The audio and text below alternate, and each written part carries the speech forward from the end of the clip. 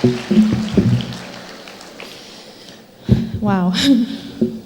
Assalamu alaikum. أعوذ بالله من الشيطان الرجيم. بسم الله الرحمن الرحيم. والصلاة والسلام على رسول الله وعلى آله وصحبه أجمعين. من يهده الله فلا مضل له ومن يضلل فلا هادي له وأشهد أن لا إله إلا الله وحده لا شريك له وأشهد أن محمدا عبده ورسوله. رب اشرح لي صدري ويسر لي أمري واحلل عقدة من لساني يفقه قولي. You know why I get overwhelmed when I look out? Because I realize that all of us are here for one reason, inshallah. We're all here joined together for La ilaha illallah. And that is powerful. We are all here because we realize that there's nothing worthy of our worship. There's nothing worthy of our ultimate love and our ultimate fear and our ultimate dependence and our ultimate hope except for our Creator. And that is powerful. Allahu Akbar. I want to talk today about some stories that are not just stories. Allah subhanahu wa ta'ala in His book relates to us the inspirational stories of a number of people, of those people who are nearest to Allah. And in those stories are lessons for all time. I want to go through and gain some of those lessons, inshallah, discuss some of those lessons from these inspirational stories. I want to begin at the beginning. And this is a story we all learned when we were young. It is the story of Adam and how we started. Adam alayhi salam and Hawa. We know that even before Adam came, before Allah made Adam, He told the angels that He was going to make a Khalifa on this earth. That He was going to create a vicegerent, a representative of Allah subhanahu wa ta'ala on this earth. And the angels, they had a natural question. This creation was going to have a choice. And with that choice, some people were going to make the wrong choice. And so the angels asked, why, not out of questioning Allah, but to understand, you're creating this creation that are going to spill blood and spread mischief. When we worship you and we celebrate your praises, that's all the angels do. And Allah responds to them and says, I know what you do not know. In the fact that you and I have a choice, it gives us the potential to be even better than the angels. The reason is that an angel does not have choice to worship Allah, but you and I do. And when we use that choice to worship Him, then we have the potential to be better than the angels. But we also have another potential. We also have the potential to be worse than the animals, to be lower than the animals. And the reason is that an animal lives to eat, drink, and reproduce. If a human being uses their life, uses their time on this earth to just eat, drink, and reproduce, then they become not just like the cattle, but even less, even more astray, because we have the ability to do something more. So when Allah subhanahu wa ta'ala created Adam, He told Adam and Hawa not to eat from a particular tree. And we know the story that Iblis deceived them, not as we know from other religions that it was Hawa, but that Iblis deceived them both. So they slipped and they ate from the tree. We also know that Allah made a commandment to Iblis. And He told Iblis, Shaitan, to bow to Adam. This was a bow of respect. But Iblis was too arrogant to bow to him. Iblis said, I am better than him. You created me from fire and you created him from clay. This is our first example of arrogance and where arrogance can take a person. It is a warning to us never to allow arrogance to take over. But there's something else here. When if I were to ask you, what did Iblis do wrong? Many people would say he disobeyed Allah. He was arrogant. Both are true. But my question to you is, didn't Adam alayhi salam also do something he wasn't supposed to? Didn't Adam alayhi salam also eat from a tree that he was told not to? But Adam alayhi salam went on to become a prophet. And Iblis went on to be forever taken out of Jannah. So what's the difference? And there's a very important difference. The difference wasn't that they made a mistake. Because as we know, it is in our human nature to slip. The difference is that when Adam slipped, his response was very different than Iblis. His response was رَبَّنَا ظَلَمْنَا أَنفُسَنَا وَإِن لَمْ تَغْفِرْ لَنَا وَتَرْحَمْنَا لَنَكُونَنَّ مِنَ الْخَاسِرِينَ. His response was, our Lord, we have wronged our own selves. Humility first. He took responsibility for his own mistake.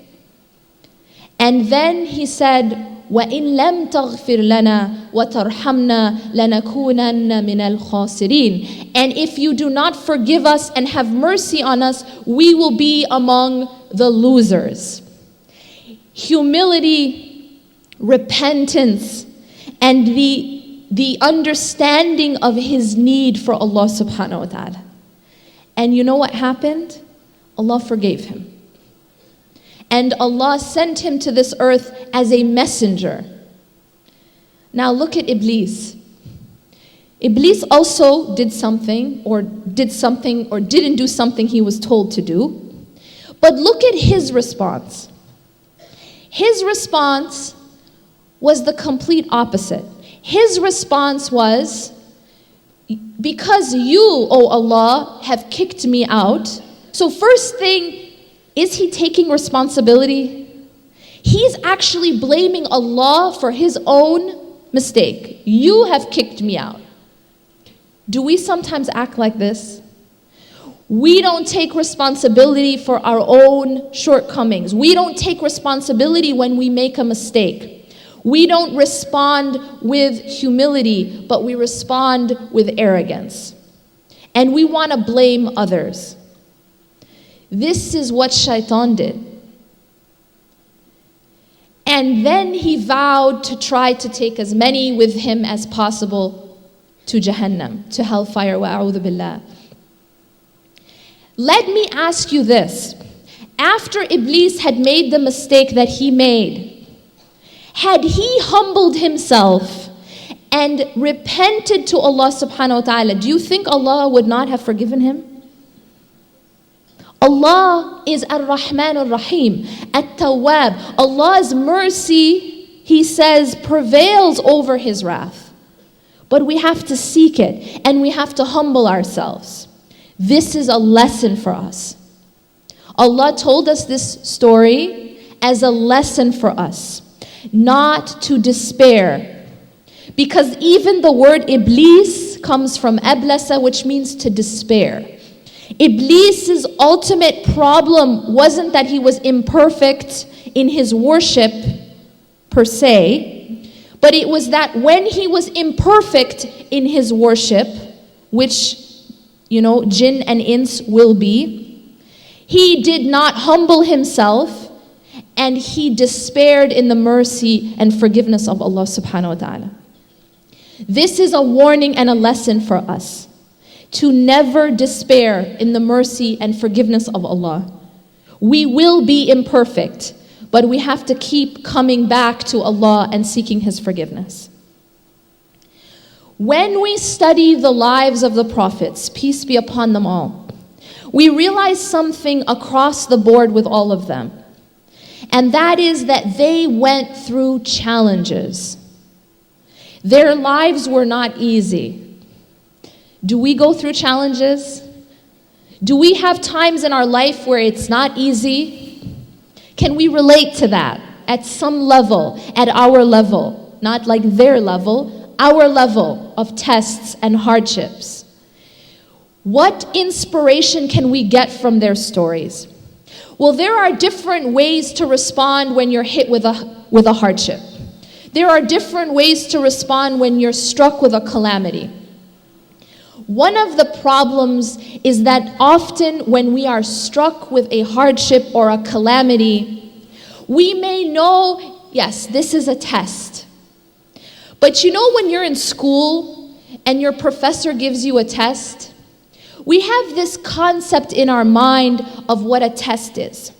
A test in the human world is when the professor hands a test, and then the professor separates himself or herself from the one taking the test.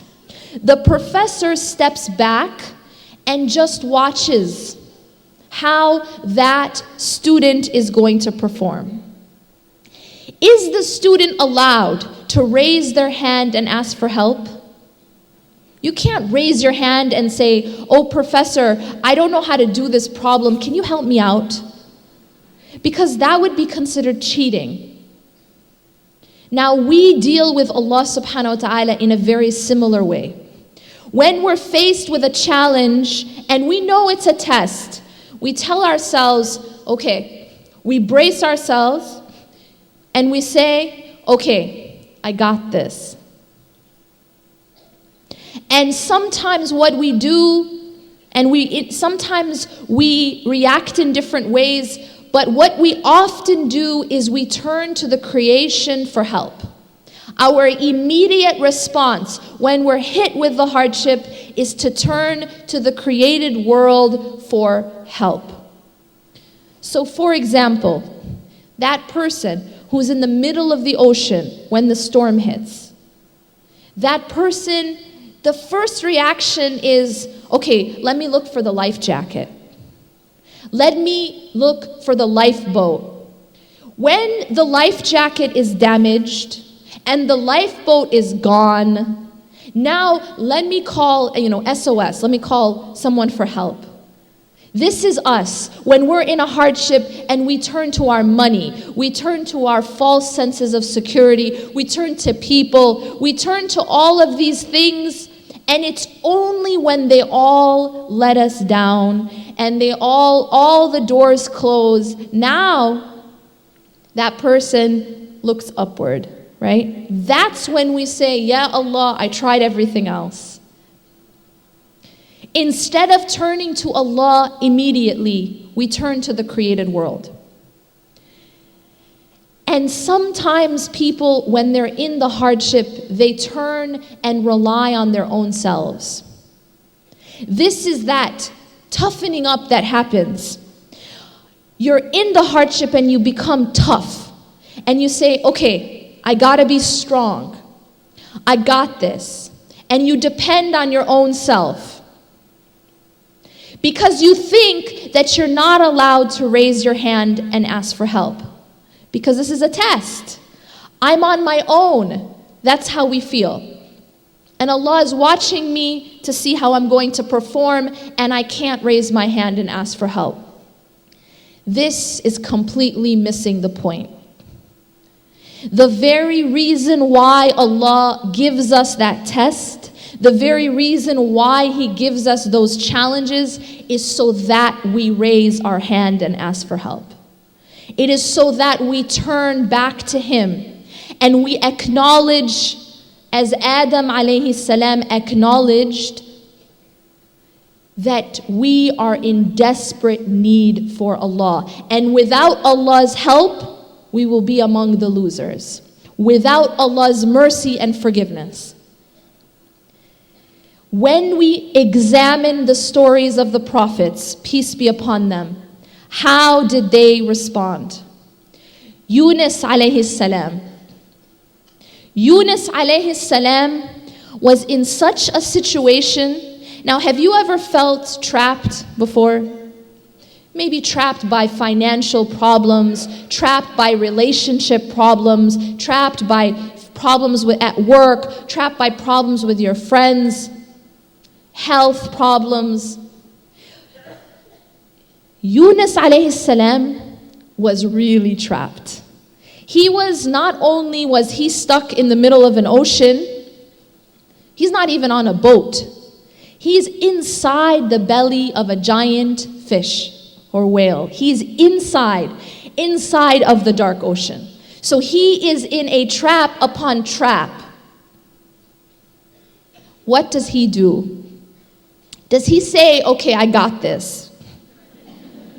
Does he say, okay, now I have to rely on my intellect to try to get me out of this? Or I have to call for help from, the lifeguards or the coast guards? Does he try to find like a sharp object to try to get him out of the belly of the whale? He doesn't. He says, La ilaha illa anta subhanaka inni kuntu min al-zalimin. He says such a powerful dua, such a powerful statement. And the Prophet ﷺ tells us that when we are in a similar situation, we should also say that dua. La ilaha illa ant. There is nothing worthy of worship but you. He is being redirected. He is acknowledging the tawheed of Allah. That his situation has nothing to do with anything else. His difficulty has nothing to do with anything else. His difficulty, his situation is to direct him to the oneness of Allah. La ilaha illa anta subhanak. Allah is high above everything else. All the other false sense of security, all the other false senses of security that we depend on and we turn to.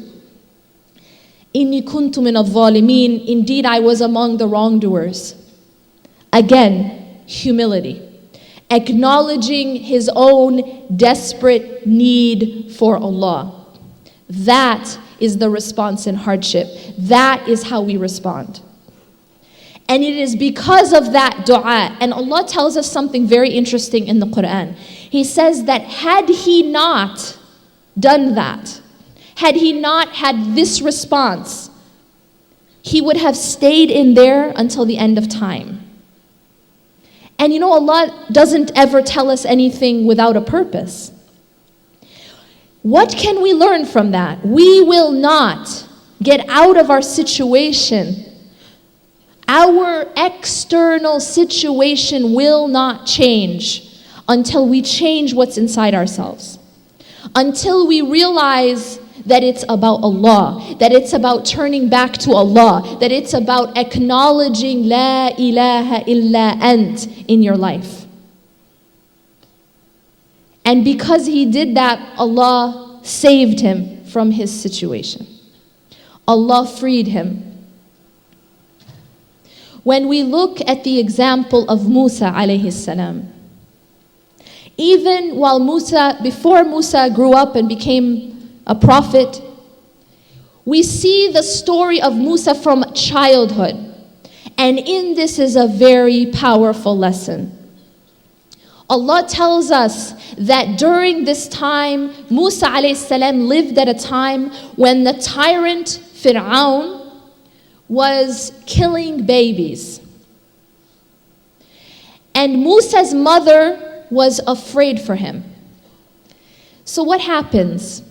Again, if you're afraid for your son being killed, what are you going to do? You're going to try everything to try to protect him, right? Hide, cover him. But Allah tells her to do something else, which would seem counterintuitive, right? He tells her, he inspires her to actually let him go.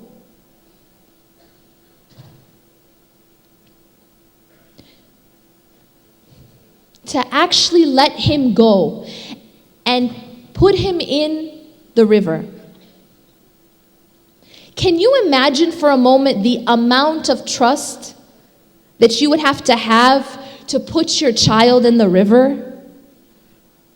As a mother, can you imagine that? Her trust in Allah was so strong that she knew that Allah would take care of him. But can you imagine how much trust that took? That is tawakkul. You want to understand what tawakkul is in your life? When Allah tells you to do something, but inside your desires, they want you to do something else. But do you trust Him? When you're afraid and you don't know how things are going to turn out, do you trust Him? So she let him go.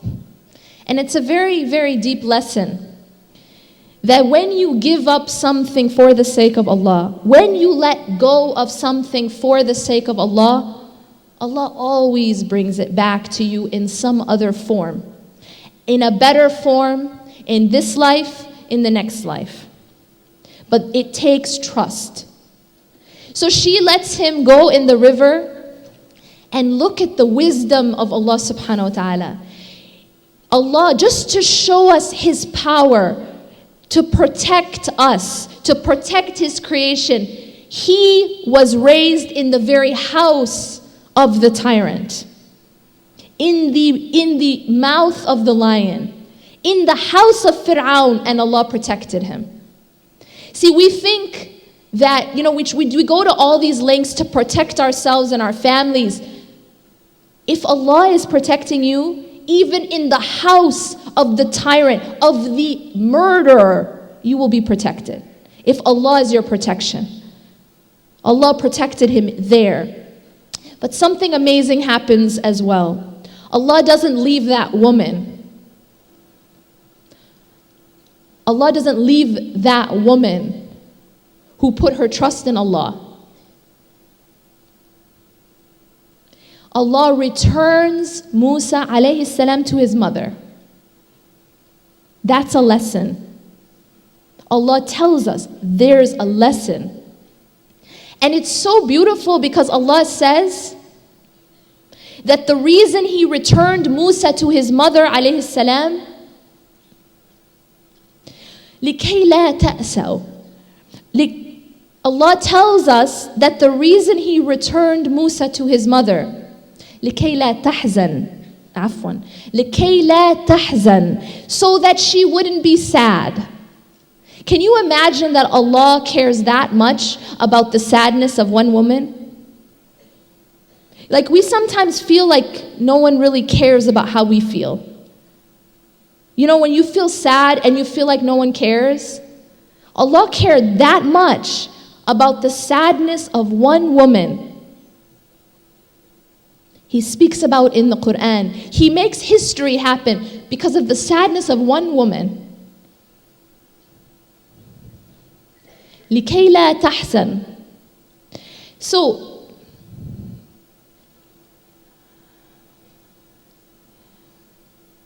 كَيْ تُقَرُّ عَيْنُهَا وَلَا تَحْزَنْ is what the ayah says.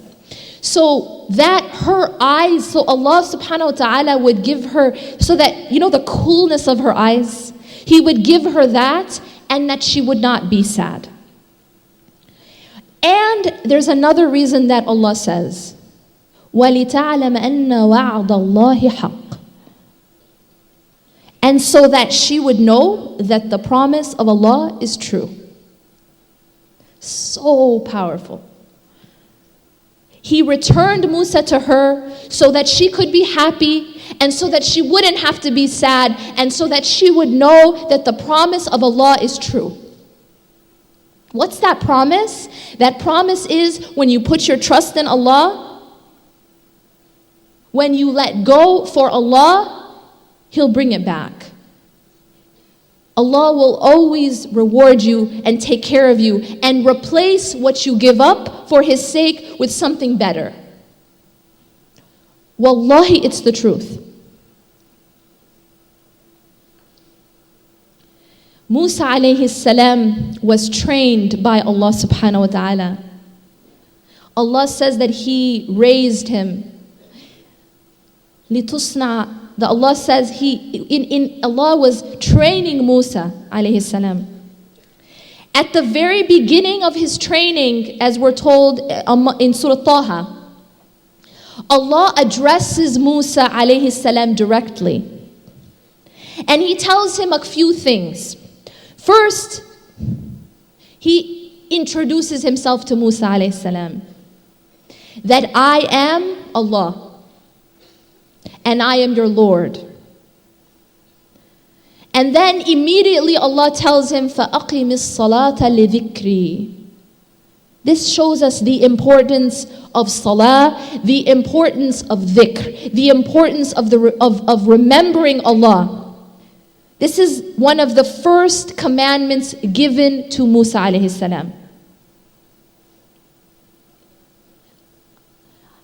He introduces Himself. He lets Musa know that He is the Lord, and then He commands him to remember Him through salah.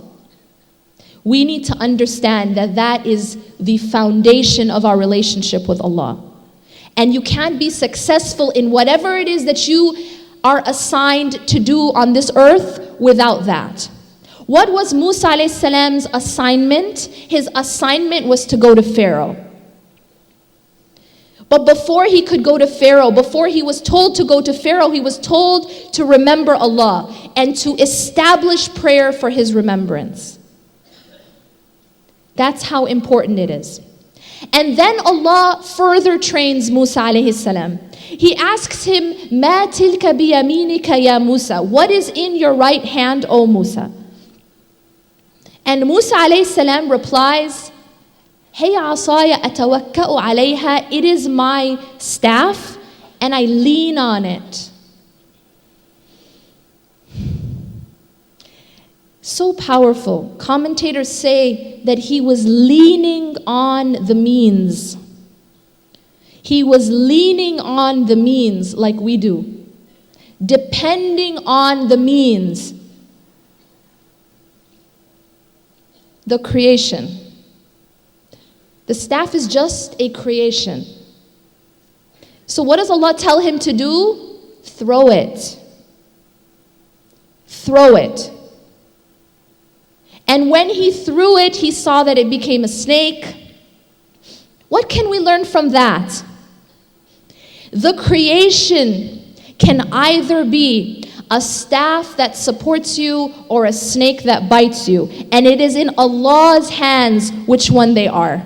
Don't ever lean completely on the creation, because the same staff that supported you can turn around and be a snake that bites you.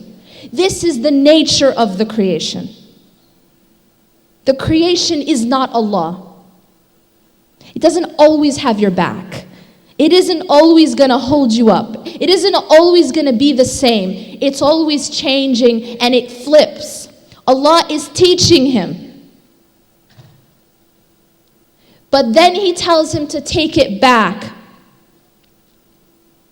This time, this taking back, there is a difference between having the creation in our hand or having the creation in our heart.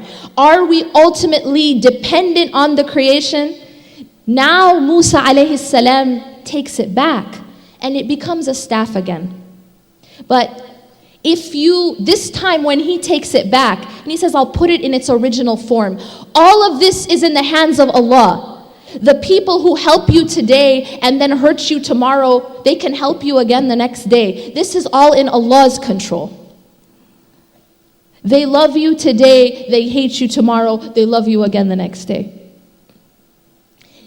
It isn't something that you can depend on. You have to depend on Allah, because Allah has that in His control. And then Allah goes on to train him, and He tells him to put his hand away under his arm. What do you do with your hand? He tells him to take off his shoes before that.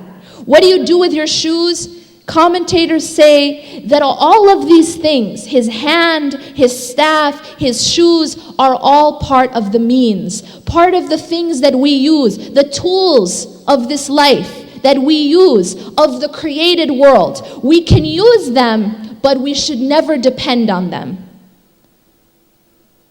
We should never lean on them. Because ultimately the control is in Allah's hands. After this training, Allah then sends him off to go to Fir'aun and reminds him again about his dhikr. وَلَا تَلِيَ فِي ذِكْرِي. Do not even bend a little bit. Do not become loose in your dhikr. We cannot be successful if we become loose in our dhikr, in our remembrance.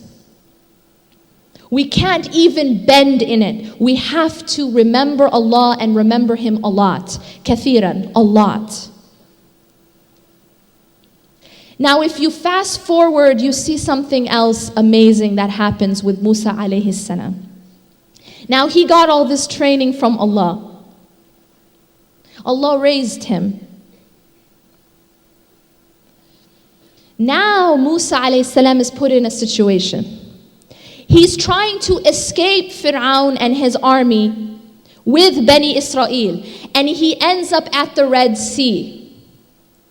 And behind him is the army of a superpower and a tyrant who wants to kill these people.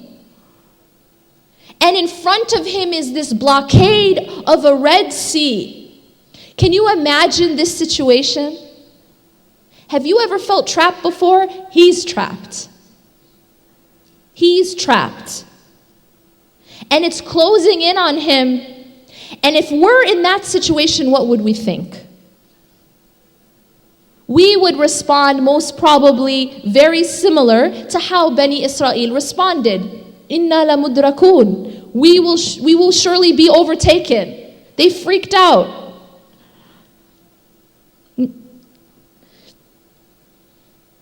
But Musa alayhi salam, his trust was in Allah. His trust was no longer in the means, right? His trust was in Allah. Even though he couldn't see, a pathway out of this situation, he couldn't imagine a pathway out of this situation. He says, كَلَّا قَالَ كَلَّا إِنَّ مَعِيَ رَبِّي سَيَهْدِينَ. He says, by no means. My Lord is with me and He will guide me through. Do we have that response when we're in that situation? Do we have that response when things look impossible and we're stuck and we're trapped and we see no way out? Do we really have that response of Inna ma'aya Rabbi sayahdeen? My Lord will never leave me. Kalla. Inna ma'aya Rabbi sayahdeen. My Lord is with me and He will get me through this. We need to have that response. Because if you have that response, guess what happens? Allah opens Red Seas for you. Allah told him, take your staff, again the means, in his hand now, not in his heart, and He tells him to strike the sea. And that sea splits in half. Allah made a way out for them from places they never imagined. That's what happens when you have that kind of response in that kind of situation. When you know firmly that Allah will never leave you and that He will make a way out for you. Because all of this is His creation. The sea, the staff, the Fir'aun, the army, it's all in his control. How can you fear these things when he's the one in control of them? The money that you're afraid of losing, all of it is his. You think he can't bend it for you? You think he can't make a way out of his own creation for you? Our problem is we see the Red Sea, but we don't see Allah. We see the army, but we don't see Allah. We see the staff, but we don't see Allah. And so we fear these things. And we lose hope. And we don't see Allah in them. Allah, the Prophet Musa alayhi salam, he saw only Allah. He didn't see the Red Sea. He didn't see the Pharaoh. He saw only the help of Allah. And so he didn't waver. He knew he would be taken care of. And Allah made a way out for him. وَمَنْ يَتَّقِ اللَّهَ يَجْعَلْ لَهُ مَخْرَجًا وَيَرْزُقُهُ مِنْ حَيْثُ لَا يَحْتَسِبُ. Whoever has God consciousness, Allah will make a way out for them. وَمَنْ يَتَّقِ اللَّهَ يَجْعَلْ لَهُ مَخْرَجًا. You know when you feel trapped, Allah will make a way out for you. وَيَرْزُقُهُ مِنْ حَيْثُ لَا يَحْتَسِبُ. And He will provide for you from places that you never imagined. An opening in the middle of a sea? Like, could anyone imagine that? Don't think that this is just a story. We need to start to understand that these are not just stories. Allah goes on to say, after telling us this story, إِنَّ فِي ذَلِكَ لَآيَةً. Indeed, in this is a sign. But most people, and Allah goes on to say, but most people don't get it. Most people don't get it. These are signs. Ibrahim alayhi salam. Ibrahim alayhi salam also was trained. His training was a training again of Tawheed. Look at the beautiful training of Ibrahim alayhi salam. He looks at the star, he looks at the sun, he looks at these things of the creation, and each time he sees something impressive, and you know, commentators say this was not literally, he wasn't literally thinking it was his Lord, but this is a lesson for us. Something impressive, oh, this is my Lord, but then it sets. What is this teaching us? No matter how impressive the creation is, it will always set. It will never be perfect. If we put our complete trust in it, it will let us down. Because that's not the nature of the creation, to be depended on as we only depend on Allah. And so he goes through each one, and finally he says that he turns to Allah and realizes Allah is the one who never sets. Allah is the one who is perfect. Now later on, Ibrahim alayhi salam is being thrown in a fire. So powerful. Like Musa alayhi salam, who's standing in front of the Red Sea and has a superpower army behind him, now Ibrahim alayhi salam is being thrown in a fire. And commentators say that as he was being thrown in the fire, actually, you know, mid-air, he's being thrown in the fire. Mid-air, Angel Jibreel comes to him alayhi salam and says, do you need something? Can I help you? Can you imagine our situation if we're about to be thrown in a fire and the angel comes and says, can I get you some? Get me out of here. That's what you can do for me. Do you know what he says?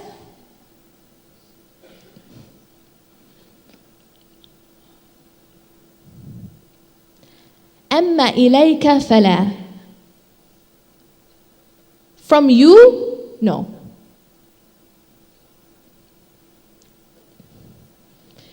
From you? No.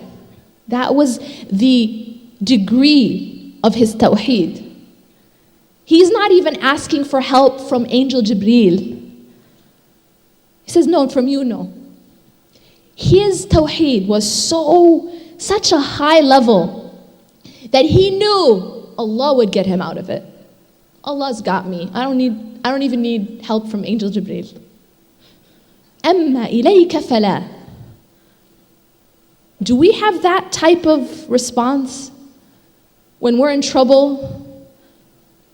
Because if you do have anything close to that type of response, knowing that Allah will take care of you, knowing that Allah has got you, that He has your back, you know what happens? Allah cools the fire. Allah commanded the angels to say to the fire, "Kuni bardan wa salama ala Ibrahim." Be cool and safe, place of security for Ibrahim. Who controls these things? Who controls the fire? Who controls these things that we're afraid of? The things that we fear, the things that we love as we should only love Allah. Who controls them? So the fire was made cool on Ibrahim alayhi salam. You know, we all go through hardship. Inshallah, we'll never have to be thrown in fire.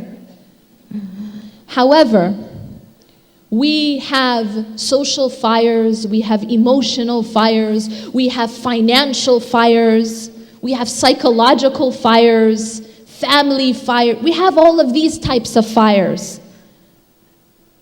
And when we're being thrown in those fires, which we will for sure be thrown into at some point in some level, how do we respond? Do we really believe that Allah can make those fires bardan wa salama on us? Do we really believe that if we turn to Allah, He can make those fires cool and secure for us? If we believe that and we ask Him and we turn to Him, that's exactly what He can do. Even within the hardship, you can have peace inside. Inside can be bardan wa salama.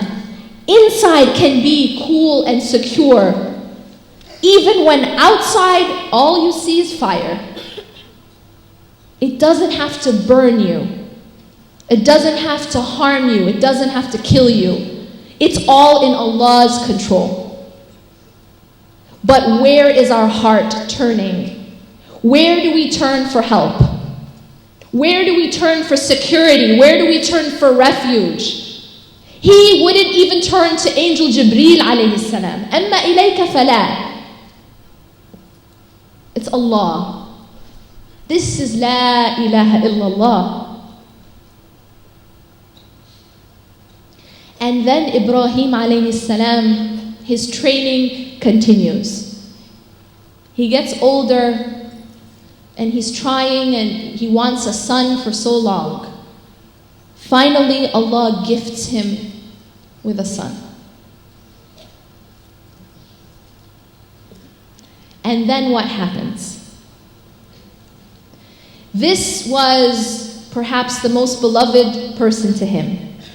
And Allah subhanahu wa ta'ala has him see in a dream that he's slaughtering his son. Have you ever reflected about this? Why? Why? You think Allah needs him to slaughter his son? Why? What is Allah doing? We even know already that the intent wasn't to actually kill his son. So what is it about? By agreeing, by accepting to slaughter his son, what is he really slaughtering? He is slaughtering any potential attachment, any potential competitor with his love for Allah. He's essentially saying, "Yeah, Allah, I love you more." Do we say that to Allah when we are tested And when we are asked to sacrifice something that we love, do we say that? Ya Allah, I love you more? Are we willing to do that? And when he did that, Allah saved his son. But Allah had done something in him. See, something had happened in him. He is being freed of any other possible competitor. So that pure La ilaha illallah, he is the father of that. He is the epitome of that. Tawheed. We also have times in our life where something we really love is taken away from us. Does it happen? Does it happen? Think of the example of a child. A child who falls in love with a toy. And that child loves the toy so much that the child completely loses perspective. The child, all this child wants to do is play with that toy. He does not want to eat. He does not want to go to school. He does not want to sleep. Just the toy, just the toy. That's all he sees. What does a loving parent do in this situation? The child does not understand how he is hurting himself because of his obsession with the toy. What does the loving parent do in this situation? He or she takes away the toy. What happens when he takes away the toy? Now the child can refocus and realize that he still needs to eat and go to sleep and go to school. Sometimes in our lives, Allah gives us gifts. And we start to become so focused on the gift. Sometimes it is our spouse. Sometimes it is our children. Sometimes it is our money. Sometimes it is our status or our power. And we become so focused on the gift that we forget and we lose focus and we lose perspective. And we are hurting ourselves. Allah saves us from that at times by taking it away. This is why it happens. And if our response is proper, is correct, then we will refocus and come back to Allah. After that happens, Allah can give back to you your gift or better than it. But the point here is there's something greater than the gift. What is it? It's the fact that He took away your negligence and your distraction and your dependence on other than Him, and He gave you complete dependence on Him. So there's something more important than the gift being taken and the gift being given back or not. And that is that He gave you back that love for Him. He gave you something priceless, something worth even more than the gift that you were so in love with. Now He gave you focus, dependence, and ultimate love on Him. Look at the story of Hajar. Again, the story. She's also in a very hopeless seeming situation. She is also in a situation where you can't imagine a way out. She's in the middle of a desert. And she has a young baby. And they are, thirsty. What does Hajar do in this situation? Well, we know that Hajar was depending on Allah. But does she just sit there? Does dependence on Allah mean that I don't ever act? No. Because dependence on Allah is in the heart. Tawakkul is an act of the heart. It isn't an act of the limbs. Your heart can be completely dependent on Allah while you're still acting. So she gets up and she runs. She strives hard. This process between Safa and Marwa is even called sa'i, which means to strive. She strove hard. It isn't easy to walk that distance, let alone run that distance. When you're dehydrated and in the middle of the desert, there's no cover like there is now. Now look at something else that happens. She starts out at Safa, looks for water and doesn't find any. Then she runs to Marwa, so she doesn't give up because she didn't find water at Safa. She goes to Marwa and then she looks again and doesn't find water. Now think about this for a moment. Have you ever tried something before and it didn't work out? Now she is going to go back and try the same thing again. She doesn't give up. Even though she already checked Safa, right? She's already tried that. She doesn't give up. So it's a lesson in hope. It's a lesson in not giving up. She runs back to Safa and looks again. And she doesn't find water. But does she stop there? Does she give up there? No. She goes again to Marwa, which she already checked. At this point, she has checked Safa twice, checked Marwa twice. She still doesn't give up. This is how we need to respond. When we have tried something again and again, this is sabr, this is perseverance, this is constancy. You keep trying and you don't give up hope. Because eventually Allah will open for you.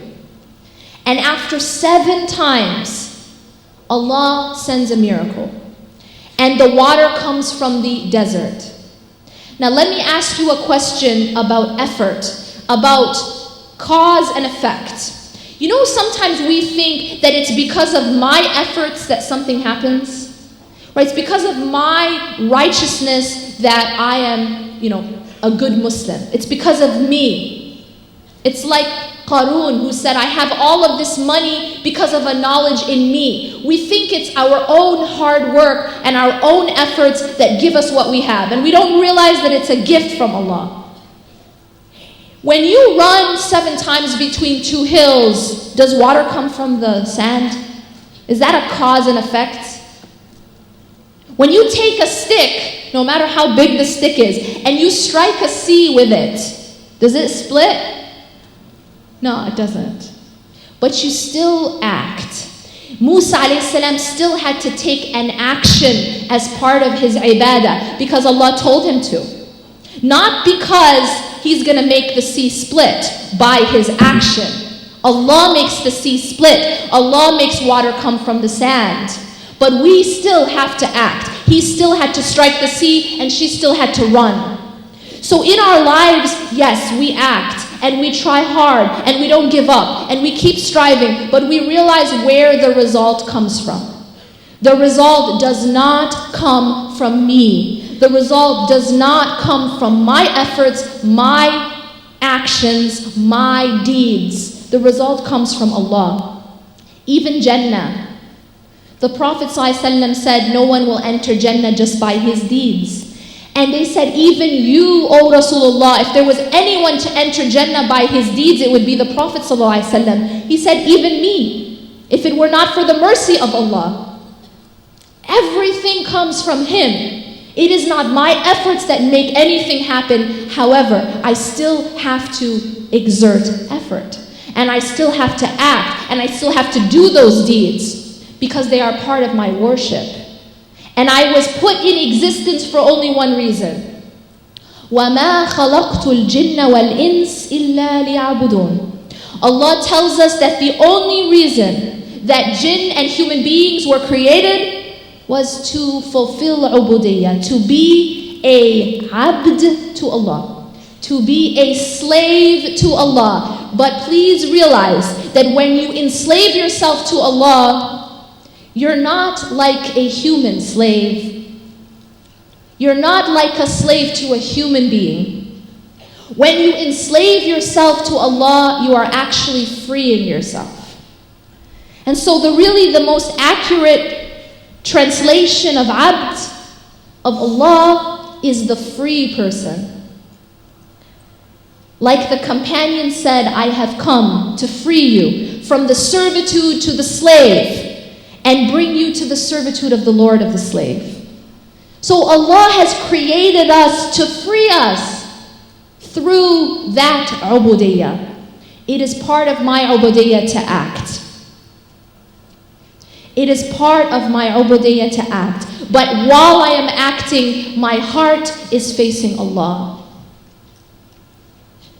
Everything comes from Allah, including all the things we run after. What do we run after in this life? We run after love, we run after money, we run after status and dignity and respect. All of these things come from Allah. Allah is Al-Wadud, the source of love. Allah is Ar-Razaq, the source of provision. The more you run after this life, the more it runs away from you. And anyone who's tried it for long enough will nod their head. Yeah, the more you run after the creation, the more it runs away from you. This is the design of the Creator, not by accident, because it brings us back to run to Him. It redirects us, because I keep trying to run after these things. I keep trying to run after the love of people, but I'm not getting it. The more I run after the love of people and the praise of people, the less I get of it. You run after people and they're just like, leave me alone. They run away from you. The more you need them, learn this very, very well. The more you are dependent and the more you need of the creation, the more it lets you down, the more it runs away from you. But the more you need Allah, the more He comes towards you. This is the design. The more needy I am of the creation, the more the creation pushes me away.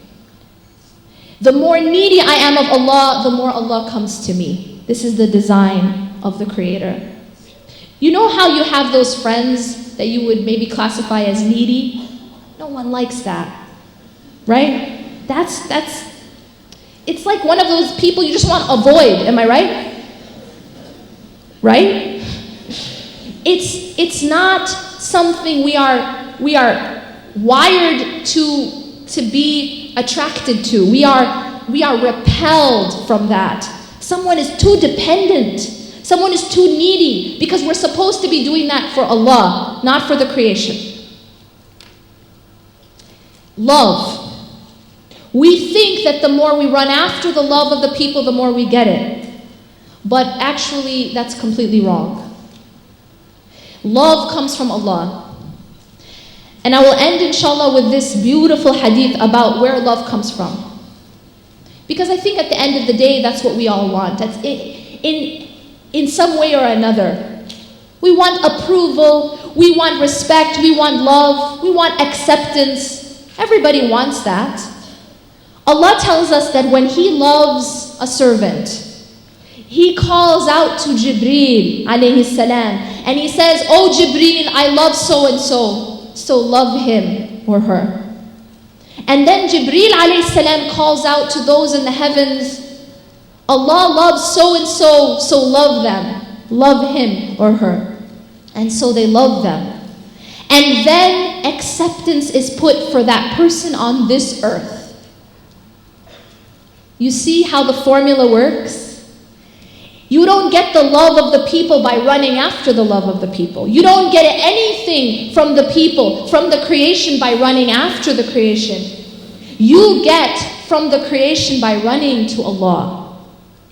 So when you run after the love of Allah, and you don't have to run after it because it's already there. You only have to run after something that's running away. Allah does not run away. Allah runs to us, as we know from the Hadith Qudsi. That when my servant comes to me with one step, he comes with 10. If you come walking, he comes with speed, running. When you go to Allah, Allah comes to you, and so does the creation. Everything you're running after, you get it when you run to Allah. When you love the giver more than the gift, then and only then will you be gifted.